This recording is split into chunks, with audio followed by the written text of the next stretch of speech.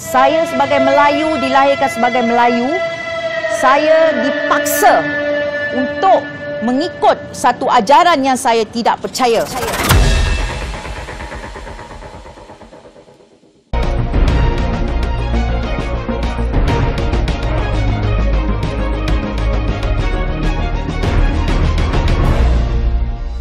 Bismillahirrahmanirrahim. Assalamualaikum warahmatullahi wabarakatuh. Bertemu kita sekali lagi dalam rancangan OMG terbitan Malaysia Gazette bersama saya Syarif Ekadir. Baik tuan-tuan dan puan-puan, baru-baru ini mahkamah telah membebaskan seorang aktivis dan juga seorang peguam, iaitu Puan Siti Zabidah Kasim atau lebih dikenali sebagai Siti Kasim, yang dituduh menghalang penjawat awam. Dalam kes ini adalah menghalang pegawai Jabatan Agama Islam Wilayah itu Jawi dalam sebuah so-called parti yang disertai oleh transgender.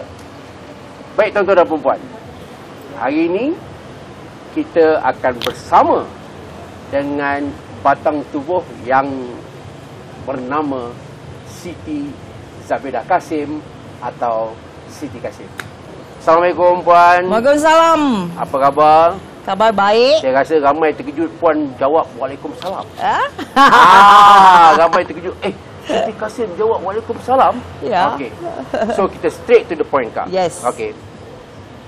Siapakah Siti Kasim? Kalau boleh ceritakan tentang siapakah Siti Kasim? Banyak kalau nak cerita tu. Sebenarnya saya ni hanya seorang manusia biasa. Okey.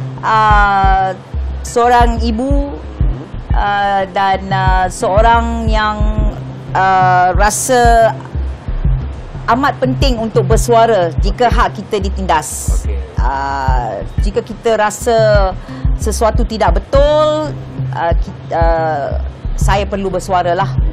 Dan apa yang saya boleh buat, saya cuba buat. Itu yang saya rasa. Actually nothing much. I'm not an interesting person. Saya manusia biasa je, macam orang lain je sebenarnya. Soalan paling famous yang diperkatakan di dalam media sosial internet adalah Siti Kasim ni, maaf cakap, bukan Islam ni. Dia nama aja Islam ni. Semua apa dia buat semua tak betul di mata dia, kan Okey, sekarang ni di depan jutaan penonton kita ni, saya sebenarnya tak ambil pot lah. Maksudnya apa orang label saya.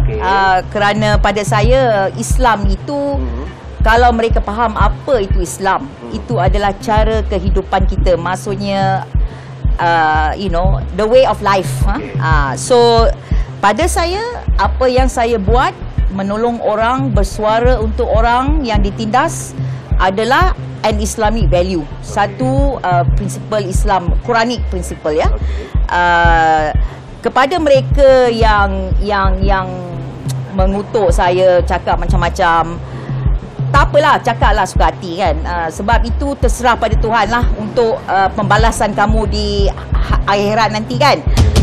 Pada saya, nak cakap apa pun cakap, as long I know what is being a Muslim supposed to be.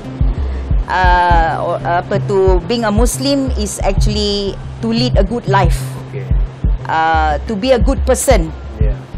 You don't talk bad about people. Jangan cakap benda-benda yang tak baik tentang orang.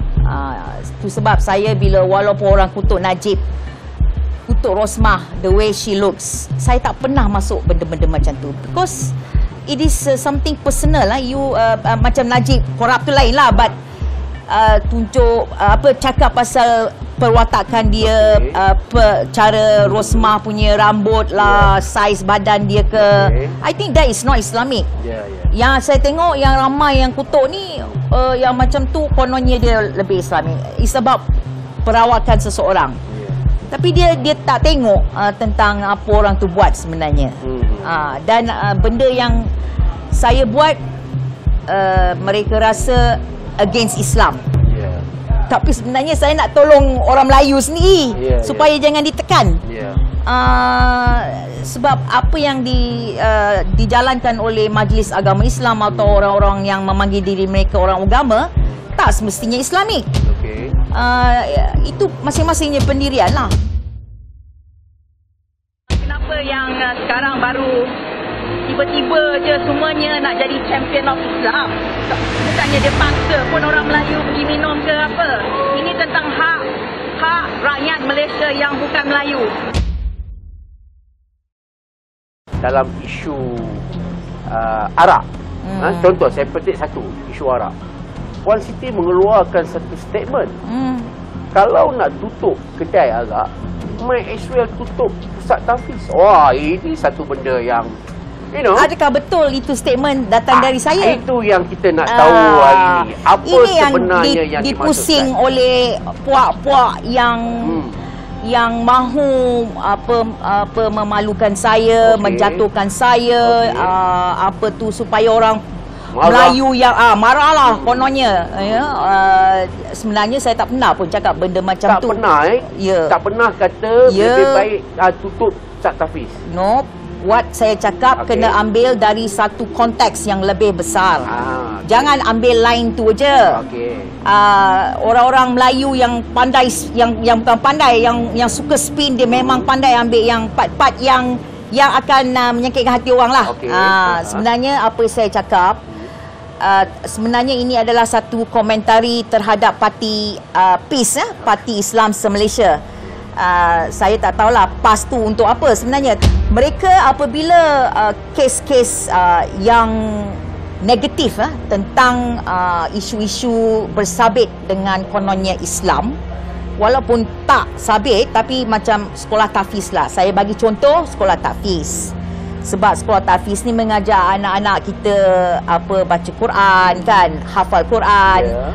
Semuanya related to teaching kononnya Islamik lah. Kan kita tahu setiap sekolah tahfiz ni ada masalah. Masalah keselamatan. Masalah sexual abuse. Masalah budak kena bully.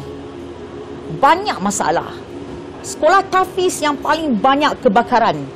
Budak-budak mati paling ramai di sekolah tahfiz akibat keselamatan tidak bagus. Adakah kita pernah dengar orang PAS bersuara tentang bagaimana kita membaiki sekolah-sekolah ni supaya lebih selamat, supaya tidak ada guru-guru yang mengambil kesempatan terhadap murid-murid? Adakah mereka bersuara yang untuk menolong membaikkan sekolah ini? Tak ada bunyi apa pun. Padahal ini adalah satu benda yang penting, ya. Jadi tapi bila isu alkohol, isu alkohol yang mati kena langgar orang mabuk ni sebenarnya tidak tinggi pun dia punya peratus dia. Yang paling ramai adalah terbabas, bawa laju semua. Sekarang ni bila isu arak ni, sebab kononnya ini adalah against Islam, so dia bersuara, bukan main lagi, terus nak tutup arak. Bagaimana hak orang-orang yang boleh minum arak, orang-orang yang nak minum arak? Itu hak dia juga. Kenapa yang kamu bersuara benda-benda yang kononnya tidak Islamik, kamu bersuara bukan main gah lagi, kuat. Arak bukan masalah. Orang yang minum arak adalah masalah. Mereka yang tidak ada disiplin, bila minum dia bawa kereta. Mereka yang masalah, bukannya arak. Seperti juga sekolah tahfiz, saya kata. Bukan sekolah tahfiz adalah masalah. Yang masalahnya dia punya management. That part dia buanglah, dia tak keluarkan. Saya kata bukannya isu sekolah tahfiz atau arak. Jadi kalau yang PIS berbiaya nak tutup arak, kamu tutup semualah. Tutup arak, tutup juga sekolah tahfiz. Menyeru Kementerian Pendidikan Malaysia mengadakan dialog bersama Pertubuhan Pendidikan Cina dalam masa yang terdekat untuk menyelesaikan isu pengajaran dan pembelajaran tulisan Jawi di RJK. They have no idea, the burden of the school kids are experiencing and having. So instead of making comments in your high pedestal, you come down and meet us. Join us in the Congress. Listen to what we have to say. baru-baru ini apabila Kementerian Pendidikan ingin memperkenalkan tulisan Jawi, Siti Kasim bersama beberapa orang sudah berforum menentang perkara ini. Antara alasan yang diberi, kalau correct me if I'm wrong, you mengatakan bahawa Jawi ini dia sama seperti bahasa Sanskrit, bahasa apa yang bukanlah penting sangat untuk ini beli orang Melayu kata yalah, of course, Jawi penting. Sebab apa? Kalau you tak tahu Jawi, macam mana you nak mengaji Quran apa semua? Jawi and Quran is different. Maksudnya mereka cuba mengaitkan. That means dia orang sendiri tak faham apa. Okay, never mind. I will explain to you how it started. Okay. Sekarang ni it started dengan yang kerajaan mahu memasukkan pengajian kad di dalam sekolah dalam bahasa Malaysia subjek. Itu yang permulaan dia. Tapi kan dia orang pandai, dia orang twist, tiba-tiba jadi Jawi pula. Sekarang ni ramai orang tak tahu. Yang buat bising sekolah Cina. Betul? Vernacular School. Dongzong rasa Dongzong dan sekolah-sekolah vernacular merasakan ada elemen yang cuba dibuat oleh kerajaan memasukkan pelajaran kad di dalam pelajaran bahasa Malaysia. Apa dia itu kad? Kad adalah seni lukis Islamik. Dan apa dia itu bahasa Malaysia? Bahasa Malaysia kita punya national language lah kan. Apa kena-mengena seni lukis kad Islamik ni dengan bahasa Malaysia kita? Itu yang persoalan sebenarnya Vernacular School tanya. Kenapa nak paksa masuk dalam buku bahasa Malaysia? If not because there is an element to try, because selama ni sekolah-sekolah biasa or even di sekolah vernacular, subjek agama separate kan, and bahasa Malaysia adalah satu subjek yang mesti diambil oleh semua kaum, semua sekolah yang ikut kita punya syllabus. So dia orang bertanya, bila dia orang bertanya dan tak setuju, tiba-tiba Kementerian Pelajaran KPM jadi tukar pula isu ni jadi Jawi pula. It wasn't about Jawi, because Jawi dah diajar lama dah bersama dengan Tamil dengan Chinese. Kenapa JAKIM masuk campur dalam menggubal silibus ini, silibus Jawi di dalam bahasa Malaysia? Kenapa bawa JAKIM? Kalau tidak ada elemen yang cuba mempengaruhi anak-anak muda, anak-anak ni, okay? I am not against Islam, must remember that. But apa yang sedang kita tengok di sekarang ini, yang diajar, Islam yang diajar oleh pihak-pihak atas, pihak-pihak kerajaan yang bukan Islam yang indah ya. Dia pada saya lah, jadi kan lebih baik, lebih kita membenarkan mereka menyebarkan ajaran ini, akan lama-lama Malaysia akan lebih mundur, Malaysia akan hancur. You guarantee, I tell you, if you allow these people to take over, kata bagi pas lah jadi kerajaan, I can guarantee you this country will become Saudi Arabia, or in fact Saudi Arabia also is becoming better.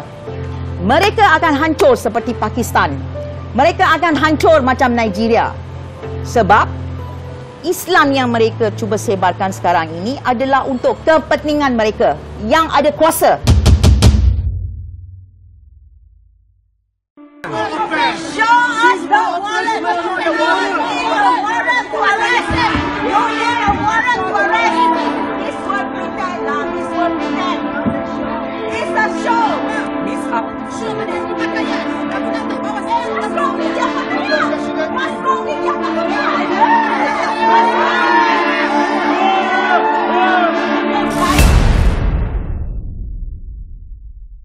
Ini panas.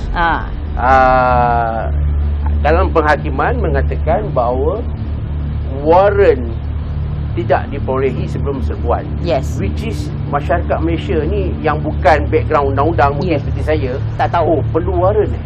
Adakah, saya nak tanya sebagai seorang peguam, adakah setiap serbuan sama ada polis ke, enforcement agama ke, memerlukan waran ataupun ada benda yang perlu waran dan ada benda yang tak perlu waran? Mungkin boleh pun. Sebenarnya selama ni ramai orang tak tahu bahawa majlis agama yang buat serbuan-serbuan ni maksiat apa semua. Tak tahu yang sebenarnya mereka juga ada Criminal Procedure Code.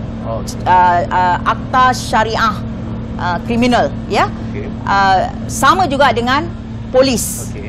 Setiap pergerakan ataupun penglibatan mereka apabila masuk ke satu rumah, ke satu kawasan yang orang macam orang lain tak boleh masuk. Maksudnya kalau rumah kita tak bagi orang lain masuk, kalau orang tu masuk juga, itu dah jadi intruder tau. Itu dah satu kesalahan kriminal. Walaupun pihak berkuasa mengesyaki ada perbuatan ataupun ada kejadian yang dia ada ni. Dia ada non-arrestable offence and also arrestable offence. So only arrestable offence maksudnya kalau ada burglar, ada perompak dalam rumah. Masa tu memanglah polis tak ada masa lah nak pergi minta waran kan. Dia nak bila orang telefon, ada perompak dalam rumah saya, ada orang dalam rumah saya yang saya takut macam tu. Tetapi dia tengok situasi, bukan semua situasi. Macam aduan yang diterima oleh dalam kes ni 2 bulan sebelum kejadian, sebelum dinner lah. Mereka boleh buat minta waran lama. Dan satu lagi kesalahan lelaki berpakaian wanita di wilayah persekutuan is not an arrestable offence.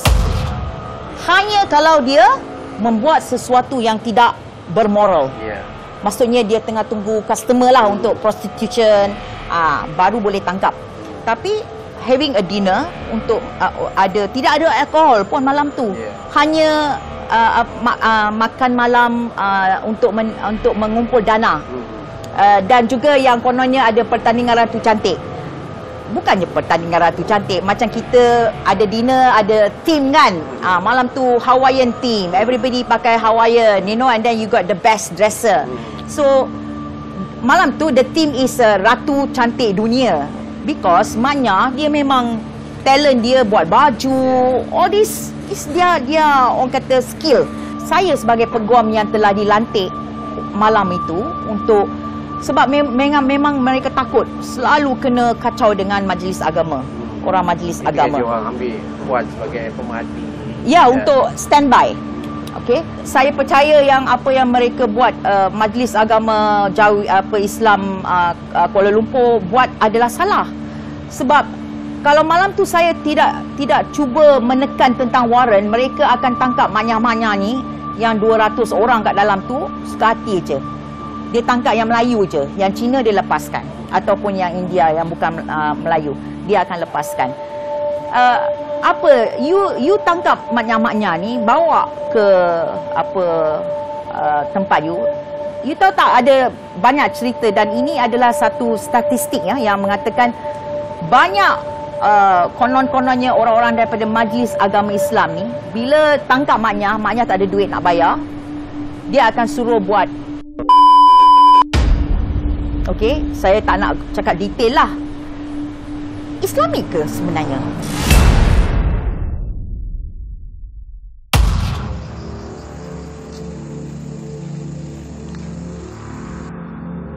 Dahlah awak semua sebelum ini pembalak engkau bagi suka-suka hati membalak, tidak pernah check pun dia membalak macam mana suka hati. Sekarang baru korang nak buat kerja. Bukan main ramai lagi ni bila bercakap pasal Siti Kasim ni, kita tak boleh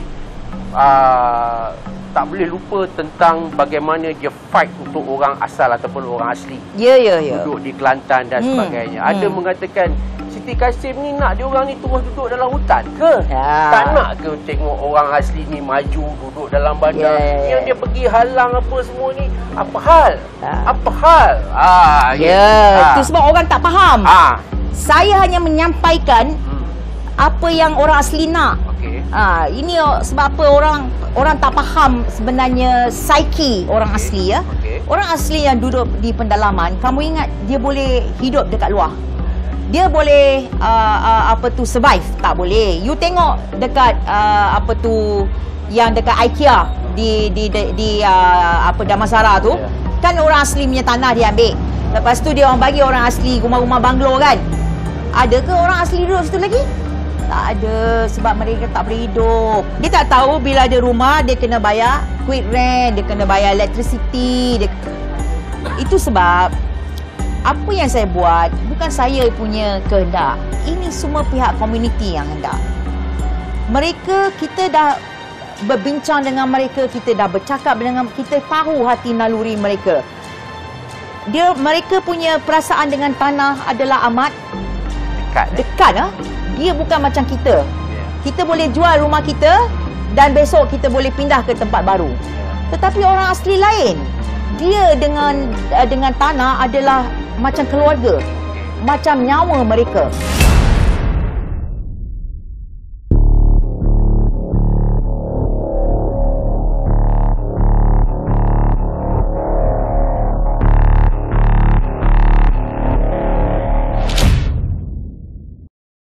Bercakap tentang dinner jamuan ni, kita teringat Siti Kasim twist, menari twist dengan ketua hakim negara, dengan apa semua di atas pentas. I think AG Chambers. Dengan Tommy Thomas. Itu memang orang kata, hey, apa ni? Apa sebenarnya? Bukankah hakim ataupun golongan seperti ini dia tak boleh socialize dengan peguam? Ini etika apa semua. So rakyat nak tahu. Sajalah orang yang pusing cerita. Tanya berapa orang kat atas pentas tu. Kan? Ada lebih kurang 20 orang kot. Bukan saya dengan Tommy Thomas saja. Dan Tommy Thomas dia menari sendiri sebenarnya. So orang tak ambil part yang dia menari dengan peguam-peguam lain. This is the law new day lah for the event kan. So semua peguam, semua judges. Dan juga daripada AG Chambers. Semua orang ada kat situ. So sebenarnya jadi bila you ambil gambar I dan you nampak dalam tu I tengah twist-twist, tak semesti dengan dia seorang, dengan semua orang. Sebenarnya saya bukan twist dengan dia seorang, tapi because people capture that it happens that I was close near to, I don't know him, I don't even have his number. Of course we know of each other because we are from the bar. So but I'm not his friend. I've never had a long conversation or tak pernah. I tak kenal dia pun sebenarnya. So kenal orang lah. Kenal orang lah, because tapi tak adalah rapat ke apa. No, I don't even have his number. That shows how close I am to him lah. I don't know him at all. We only know of each other because I'm very outspoken. Dalam Malaysian Bar punya AGM pun Tommy Thomas dulu selalu bercakap. So of course he's a senior lawyer. We all know all senior lawyers, and but to say that but malam tu semuanya kami. So what's the difference? Somebody yang menari dengan Tommy Thomas dengan orang yang duduk sebelah Tommy Thomas yang bercakap dengan Tommy Thomas that night. Orang nak buat cerita. So dia orang create something. There is nothing at all. Dan kalau betul lah I ambil advantage. Masa zaman PH yang I kena tuduh kes Mak Nyah ni, kenapa saya tak tulis pada Tommy Thomas? Lepaskan aku. Beritahu dengan Tommy Thomas, drop me lah. Menari twist tu. Drop me lah. Drop me lah. kan. So I'm glad now yang buat keputusan bukan di bawah PH. Kalau PH masih lagi berkuasa, mesti ada keluar suara yang kata, ini mesti AG Chambers suruh atau Chief Justice suruh kan. Sebenarnya tak ada langsung. Saya sebenarnya tak ada kabel. Kalau orang nak cakap-cakap lah, tapi aku memang tak ada kabel pun.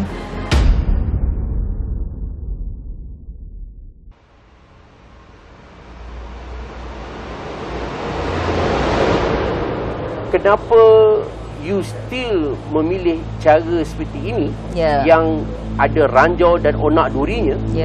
Kenapa you still lagi dengan prinsip you untuk berkata secara lantang, walaupun you sedari bahawa kemungkinan kenyataan you dibelitkan ataupun kemungkinan dipetik di luar konteks dan sebagainya, tapi kenapa you still lagi begini? You tahu kan tentang apa Allah dah cakap kan? Walaupun akhirnya itu keputusan dia, tetapi kita mesti cuba.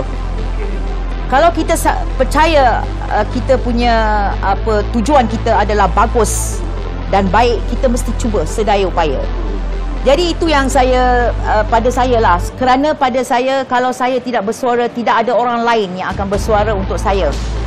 Katalah hari esok, hari ini kerajaan kata Melayu-Melayu yang tidak suka dan tidak percaya sistem syariah yang dijalankan di Malaysia, ya, bukan Islam, saya cakap sistem syariah yang dijalankan di Malaysia, boleh pilih kepada hukuman sivil. Saya akan senyap dan tidak akan bersuara lagi. Sebab saya tidak ada pilihan. Saya sebagai Melayu, dilahirkan sebagai Melayu, saya dipaksa untuk mengikut satu ajaran yang saya tidak percaya. Ajaran Islam yang menunjukkan Islam itu begitu jahat, ya. Islam yang tidak menunjukkan keindahan Islam yang sebenarnya. Jadi kan saya mesti bersuara untuk diri saya, untuk anak saya dan untuk orang-orang yang tidak boleh bersuara. Okey, jadi saya sebenarnya macam betul lah you cakap, of course I'm human being.